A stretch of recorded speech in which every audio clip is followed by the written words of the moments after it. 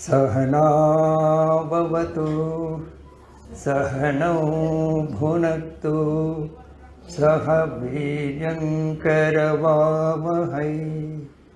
तेजस्विनावधीतमस्तु मा विद्विषावहै। ॐ शान्ति शान्ति शान्ति।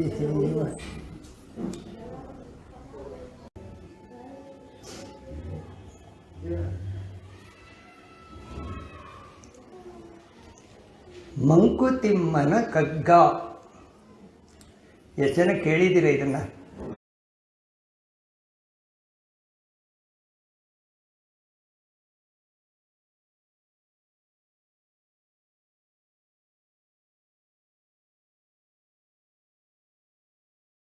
ಕನ್ನಡದ ಭಗವದ್ಗೀತೆ. ಡಿ ವಿ ಗುಂಡಪ್ಪನವರು, ದೇವನಹಳ್ಳಿ ವೆಂಕಟರಮಣಯ್ಯ ಗುಂಡಪ್ಪ, 1887ರಿಂದ 1975 ಇದ್ದವರು. ಇವರು ತಮ್ಮ ಜೀವನ ಕಾಲದಲ್ಲಿ ಶಾಸ್ತ್ರಗಳನ್ನೆಲ್ಲ ಓದಿ ತಿಳ್ಕೊಂಡು ಅಧ್ಯಯನ ಮಾಡಿ ತಮ್ಮ ಜೀವನಕ್ಕೆ ಅಳವಡಿಸಿಕೊಂಡು ಪದ್ಯದ ರೂಪದಲ್ಲಿ ತಮ್ಮ ಅನುಭವಗಳನ್ನು ಶಾಸ್ತ್ರಕ್ಕೆ ಹೊಂದಿಸಿಕೊಂಡು ಬಂದಿದ್ದಾರೆ. ಅದಕ್ಕೆ ಇದನ್ನು ಕನ್ನಡದ ಭಗವದ್ಗೀತೆ ಅಂತ ಹೇಳಿದ್ದಾರೆ. ಭಗವದ್ಗೀತೆಯಲ್ಲಿ 945 ಶ್ಲೋಕ ಇದ್ದರೆ ಕಗ್ಗದಲ್ಲಿ 945 ಪದ್ಯ ಅಂತ. ಸೊ ಮಂಕುತಿಮ್ಮ, ಯಾಕೆ ಮಂಕುತಿಮ್ಮ? ಅದು ಮಂಕುತಿಮ್ಮ ಅಂತ ಯಾಕೆ ಆರಿಸ್ಕೊಂಡಿದ್ದಾರೆ? ಡಿ ವಿ ಜಿಯವರ ಮನೆ ದೇವರು ವೆಂಕಟರಮಣ ಶ್ರೀನಿವಾಸ ದೇವರು. ಶ್ರೀನಿವಾಸ ದೇವರಿಗೆ ತಿಮ್ಮಪ್ಪ ಅಂತ ಹೇಳ್ತಾರೆ. ತಿರುಪತಿ ತಿಮ್ಮಪ್ಪ, ತಿಮ್ಮ. ಸೊ ಇವರೇನು ಮಾಡಿದ್ದಾರೆ, ತಮ್ಮ ಜೀವನದಲ್ಲಿ ತತ್ವವನ್ನು ಕಂಡಿಟ್ಕೊಂಡು ಸತ್ಯಾಂಶವನ್ನು ತಿಳ್ಕೊಂಡು ಅದನ್ನು ಅನುಭವಕ್ಕೆ ತಗೊಂಡಾಗ ಇವ್ರು ನೋಡ್ತಾರೆ, ಎಲ್ಲರೂ ಮಂಕಾಗಿದ್ದಾರೆ, ಎಲ್ಲರೂ ತಿಮ್ಮ ದೇವರೇ, ಎಲ್ಲರೂ ಪರಮಾತ್ಮ ಸ್ವರೂಪರೇ, ಆದರೆ ಎಲ್ಲರೂ ಮಂಕಾಗಿದ್ದಾರೆ. ಯಾಕೆ ಮಂಕಾಗಿದ್ದಾರೆ? ಯಾಕೆ ಮಂಕಾಗಿದ್ದಾರೆ? ಎಲ್ಲರಲ್ಲೂ ಡಿವಿನಿಟಿ ಇದೆ, ಕೆಲವರಲ್ಲಿ ಮಾತ್ರ ಅದು ವ್ಯಕ್ತವಾಗುತ್ತೆ, ಕೆಲವರಲ್ಲಿ ಅದು ಧೂಮೇನ ಪ್ರಿಯತೆ ಮತ್ಮಿ ಯಥಾದರ್ಶೋ ಮದೇನ ಚ. ಭಗವದ್ಗೀತೆ ಹೊಗೆ ತುಂಬ್ಕೊಂಡಂಗೆ ತುಂಬ್ಕೊಂಡ್ಬಿಟ್ಟಿದೆ, ಕಾಣಿಸಲ್ಲ. ನಮ್ಮ ವಾಸನೆಗಳಿಗೆ ಸಂಸ್ಕಾರಗಳಿಗೆ ಅನುಗುಣವಾಗಿ ಅದು ಒಳಗಡೆಯಿಂದ ಬೆಳಗುತ್ತೆ.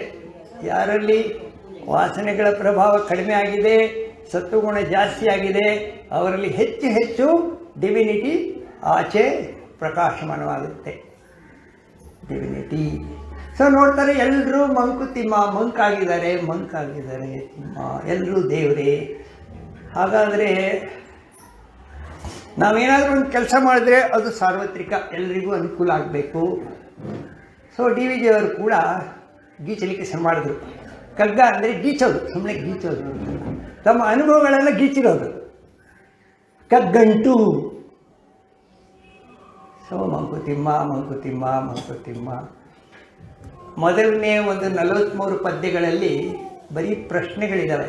ಪ್ರಶ್ನೆಗಳು ಸಾಮಾನ್ಯವಾಗಿ ನಮ್ಗೆ ಏನೇನು ಪ್ರಶ್ನೆಗಳು ಜೀವನದಲ್ಲಿ ಬರುತ್ತೆ ಅದೆಲ್ಲ ಆ ಪ್ರಶ್ನೆಗಳೆಲ್ಲ ಆ ಫಸ್ಟ್ 42 ಪದ್ಯಗಳಲ್ಲಿದ್ದಾವೆ.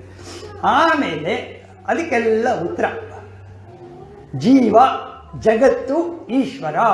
ಜೀವ ಅಂದ್ರೇನು, ಜಗತ್ತಂದ್ರೇನು, ಈಶ್ವರ ಅಂದ್ರೇನು, ಜೀವಕ್ಕೂ ಜಗತ್ತಿಗೂ ಏನು ಸಂಬಂಧ, ಜೀವಕ್ಕೂ ಈಶ್ವರನಿಗೂ ಏನು ಸಂಬಂಧ, ಜಗತ್ತಿಗೂ ಈಶ್ವರನಿಗೂ ಏನು ಸಂಬಂಧ, ಈ ರೀತಿ ಒಂದೊಂದೇ ಬಿಡಿಸ್ಕೊಂಡು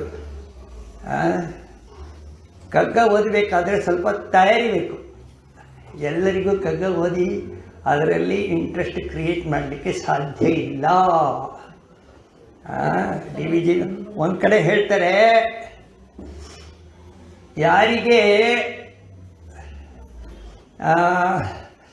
ಏನು ಕಚೇರಿ, ಅಡುಗೆ ಮನೆ, ಮಲಗು ಕೋಣೆ ಇದೆಲ್ಲ ಸತ್ಯಲೋಕ, ವೈಕುಂಠ, ಕೈಲಾಸ ಆಗಿದೆಯೋ ಅಂಥವರಿಗೆ ಕಗ್ಗದಿಂದ ಯಾವ ಪ್ರಯೋಜನವೂ ಇಲ್ಲ.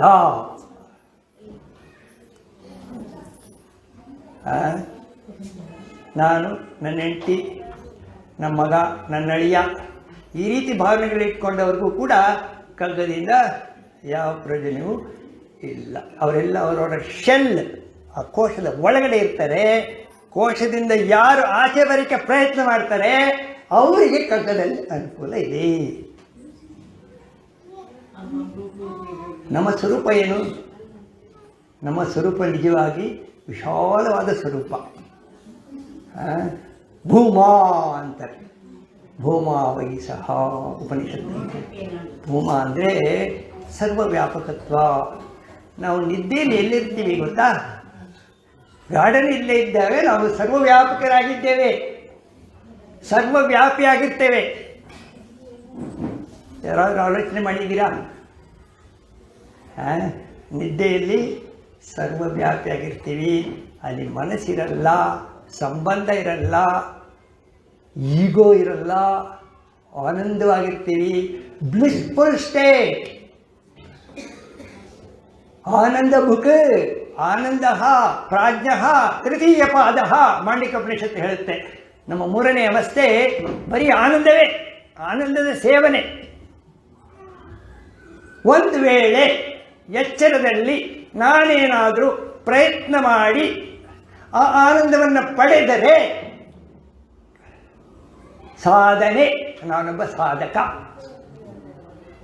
ನನಗೆ ಯಾವ ಹಂಗೂ ಬೇಕಾಗಿಲ್ಲ, ಯಾವ ಅಂಟು ಇರಬೇಕಾಗಿಲ್ಲ, ಯಾವ ಅಧಿಕಾರನೂ ಬೇಡ, ಯಾವ ಪ್ರಲೋಭನೆಯೂ ಇಲ್ಲ. ಚಿನ್ಮಯಾನಂದರು ಹೇಳ್ತಾರೆ, ಸ್ವಾಮಿ ಚಿನ್ಮಯಾನಂದರು ನಮ್ಮ ಗುರುಗಳು, as soon as you are born in this world, ನೀವು ಹುಟ್ಟಿದ ಕೂಡಲೇ you have inherited wealth immeasurable and treasures unknown, but you live like a helpless beggar. Now ಸ್ವರಾಟ್. ಪ್ರತಿಯೊಬ್ಬರೂ ಕೂಡ ಸ್ವರಾಟ್. ಯಾವಾಗಲಾದರೂ ಈ ಥರ ಆಲೋಚನೆಗಳು ಬಂದಿದೆಯಾ ನಿಮಗೆ? ಯಾರಿಗಾದರೂ? ಆವಾಗ ಬರಬಹುದು, ಆದರೆ ಅದು ಹಾಗೆ ಕಂಟಿನ್ಯೂ ಆಗುತ್ತಾ? ಇಲ್ಲ. ಯಾಕೆಂದರೆ ನಮ್ಮ ಸಂಸ್ಕಾರದ ವಾಸನೆಗಳ ಸೆಳೆತಗಳು ಅಷ್ಟು ಜೋರಾಗಿದ್ದಾವೆ. ಪ್ರಮಾತಿ ಬಲವದ್ಧಡಂ, ಅರ್ಜುನ ಹೇಳ್ತಾನೆ. ಇಂದ್ರಿಯಗಳು ಎಳಿತವೆ, ನಮ್ಮನ್ನು ಬಿಡಲ್ಲ. ಅದು ವಯಸ್ಸಾದರೂ ಚಿಕ್ಕವರಾದರೂ ಯಾರಿಗಾದರೂ ಕೂಡ ಈ ಪ್ರಿನ್ಸಿಪಲ್ ಒಂದೇ, ಸೆಳೆಯೋದು. ಸೊ ಈ ಥರ ಎಲ್ಲ ನಮ್ದು ಇದ್ದಾಗ, ನಮಗೇನೋ ಪರಮಾತ್ಮ ತತ್ವ ನಮ್ಮಲ್ಲಿದೆ ಅಂತ ಗೊತ್ತಾದಾಗ, ಈಗ ನಾವು ಮಾಡಬೇಕಾದ್ದೇನು? ಮೆಚ್ಚಗೆ ಆ ಕಡೆ ನಮ್ಮ ಡೈರೆಕ್ಷನ್ನ ಆ ಕಡೆ ತಗೊಳ್ಳೋದು. ಹೇಗೆ ತಗೊಳ್ಳೋದು? ಒಳಮುಖವಾಗಿ ಹೋಗಬೇಕು, ಅಂತರ್ಮುಖರಾಗಿ ಹೋಗಬೇಕು. ಆದಷ್ಟು ಹೊರಗಿನ ಅಟ್ರಾಕ್ಷನ್ ಏನಿದೆ, ಆಕರ್ಷಣೆಗಳು, ಅದೆಲ್ಲ ಕಡಿಮೆ ಆಗಬೇಕು. ಎಲ್ರಿಗೂ ಆಗಲ್ಲ, ಎಲ್ರಿಗೂ ಆಗಲ್ಲ. ಭಗವದ್ಗೀತೆಯಲ್ಲೇ ಹೇಳುತ್ತೆ, ಮನುಷ್ಯಾಣ ಸಹಸ್ರೇಶು ಕಶ್ಚಿತ್ ಯತತಿ ಸಿದ್ಧಯೇ. ಯಾರೋ ಸಾವಿರಾರು ಜನಗಳಲ್ಲಿ ಒಬ್ಬರು ಈ ದಾರಿಗೆ ಬರ್ತಾರೆ. ಯತದಾಮಪಿ ಸಿದ್ಧಾನಾಂ ಕಶ್ಚಿನ್ ಮಾಂ ವೇತ್ತಿ ತತ್ವತಃ. ಯಾರೋ ಅಷ್ಟರಲ್ಲಿ 1000 ಜನರಲ್ಲಿ ಒಬ್ಬ ನನ್ನನ್ನು ತತ್ವತಃ ತಿಳಿತಾನೆ. ಯಾರಿಗೆ ಹೇಳಿರೋದು? ಅರ್ಜುನನಿಗೆ. ಅರ್ಜುನನಿಗೆ ಎಲ್ಲಿ ಹೇಳಿದ್ದು? ಯುದ್ಧ ಭೂಮಿ. ಅರ್ಜುನನಿಗೆ ಯುದ್ಧ ಭೂಮಿ ಹೇಳಿದ್ದು. ನನಗೆ ಯಾಕೆ ಭಗವದ್ಗೀತೆ? ಒಂದು ಆರ್ಗ್ಯುಮೆಂಟ್ ಇದೆ.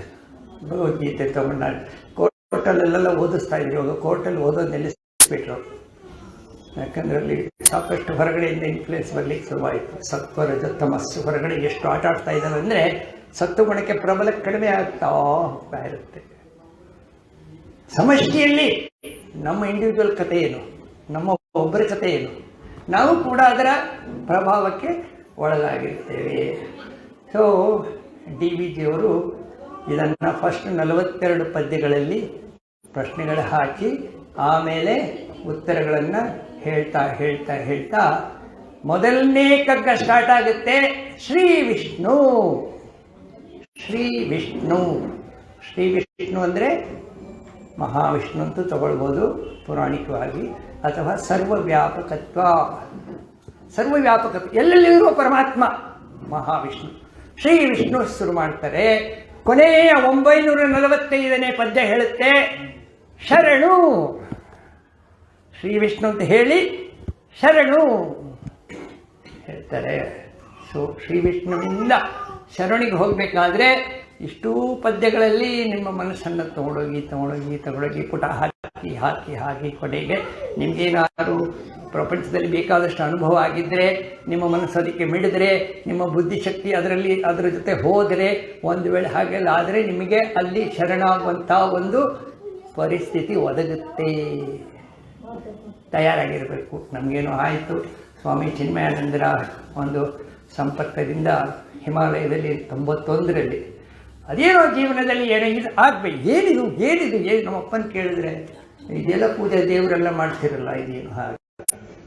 ಪಾಪ ಅವ್ರು ಏನು ಮಾಡ್ತಾರೆ, ನಿಮ್ಗೆ ಅದೆಲ್ಲ ಗೊತ್ತಾಗಲ್ಲ, ಸುಮ್ಮನೆ ಇರು. ನಾವು ಜಾಸ್ತಿ ಪ್ರಶ್ನೆ ಕೇಳಿದ್ರೆ ದೇವ್ರ ಬಗ್ಗೆ ಹಿರಿಯರು ಏನು ಹೇಳ್ತಾರೆ ನಿಮಗೆ, ನಿಮ್ಗೆ ಅದೆಲ್ಲ ಗೊತ್ತಾ. ಯಾಕೆಂದ್ರೆ ಪಾಪ ಅವ್ರಿಗೂ ಯಾರು ಈ ಆಧ್ಯಾತ್ಮಿಕ ಮಟ್ಟದಲ್ಲಿ ಯಾರು ತಿಳಿಸಿಲ್ಲ ಏನಂತ. ಸೊ ನನಗೆ ಉತ್ತರ ಬೇಕಲ್ಲ. ಸ್ವಾಮಿ ಚಿನ್ಮಯಾನಂದರನ್ನು ನೋಡಿದೆ 86-87 ನ್ಯಾಷನಲ್ ಕಾಲೇಜ್ ಗ್ರೌಂಡ್ಸಲ್ಲಿ. ಸೊ ನನಗೆ ಬೇಕಾಗಿರೋದು ಏನೋ ಇಲ್ಲಿದೆ ಹೇಳ್ತಾ ಇದ್ದಾರೆ. ಅಲ್ಲಿಂದ ಮೆತ್ತಿಗೆ ಚಿನ್ಮಯ ಮಿಷನ್ ಒಳಗೆ ಬಂತು. ಅಲ್ಲಿ ಸ್ವಯಂ ಸೇವಕನಾಗಿ ಸೇರಿಕೊಂಡೆ. ಎಲ್ಲೆಲ್ಲಿ ಸ್ಟಡಿ ಕ್ಲಾಸ್ ಆಗ್ತಿತ್ತು ಅಲ್ಲಿ ಹೋಗ್ತಾ ಇದ್ದೆ, ಚರ್ಚೆಗಳಾಗ್ತಾ ಇತ್ತು. ಆಮೇಲೆ ಒಬ್ಬರು ಹೇಳಿದ್ರು, ಚಿನ್ಮಯಾನಂದರದ್ದು ಕ್ಯಾಂಪ್ ಇದೆ ಸಿದ್ಧಬಾಯಿ ಹಿಮಾಲಯದಲ್ಲಿ, ಹೋಗ್ತೀರಾ? ಫಸ್ಟ್ ನನ್ನ ಹೆಸರು ಬರ್ಕೊಳ್ಳಿ. 91ರಲ್ಲಿ ಸೀದಾ ಕಾಲ್ 500 ಜನ ಕ್ಯಾಂಪು. ಬೆಳಿಗ್ಗೆ ಮಾಂಡಕ್ಯ ಉಪನಿಷತ್ತು, ಸಾಯಂಕಾಲ ಭಗವದ್ಗೀತೆ. ಅಲ್ಲಿ ಆ ಪರಿಸರದಲ್ಲಿ ಆ ಸ್ವಾಮೀಜಿ ಸಂಪರ್ಕದಲ್ಲಿ ಅದೇನಾಯಿತೋ ಗೊತ್ತಿಲ್ಲ.